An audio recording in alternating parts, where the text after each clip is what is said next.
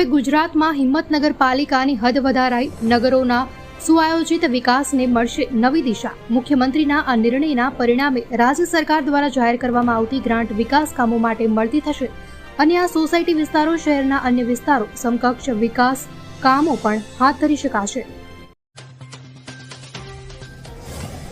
લોકસભાની ચૂંટણીમાં ભાજપ દ્વારા બીજી યાદી જાહેર કરવામાં આવી, જેમાં બાકી રહેલ લોકસભા સીટો પર ભાજપ દ્વારા જાહેર કરવામાં આવતા કહી ખુશી કહી ગમનો માહોલ જોવા મળ્યો। બીજી યાદીમાં ભાજપ દ્વારા 7 નામ જાહેર કરાયા છે, જેમાં 2 મહિલાને સ્થાન આપવામાં આવ્યું।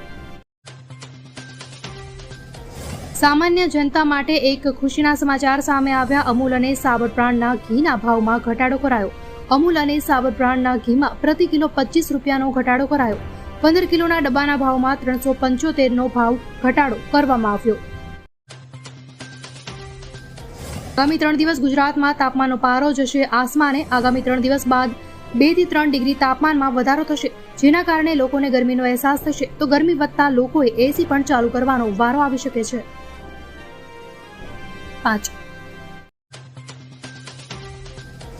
ઇસ્કોન બ્રિજ અકસ્માત કેસના આરોપી તથ્ય પટેલની હંગામી જામીન અરજીને લઈ મોટા સમાચાર। તથ્ય પટેલે વકીલ મારફતે ગુજરાત હાઈકોર્ટમાં તબિયત ખરાબ હોવાને કારણે હંગામી જામીન અરજી કરી।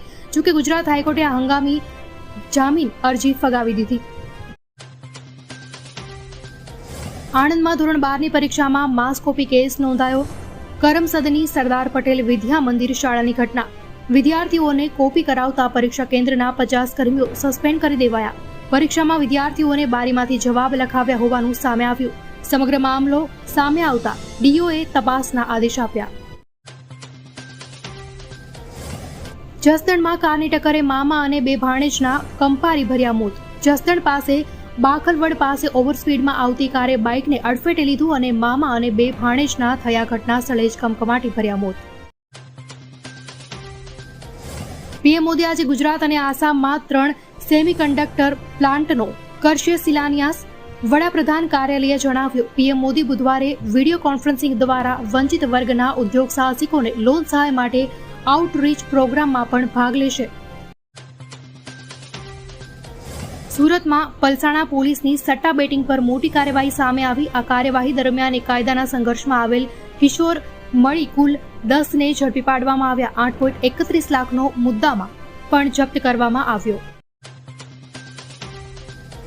હવે શાળાઓમાં પાન મસાલા ખાતા શિક્ષકો સામે થશે કાર્યવાહી। શાળાઓમાં વ્યસન કરતા શિક્ષકો સામે પગલાં લેવા આપી સૂચના। શાળાઓમાં શિક્ષકો દ્વારા કરવામાં આવતા વ્યસનની વાત છેક મુખ્યમંત્રી સુધી પહોંચી હતી, જે બાદમાં શાળાઓમાં કોઈ પણ પ્રકારનું વ્યસન ન થાય તેવી વ્યવસ્થા ગોઠવવા મુખ્યમંત્રીએ નિર્દેશ આપ્યો।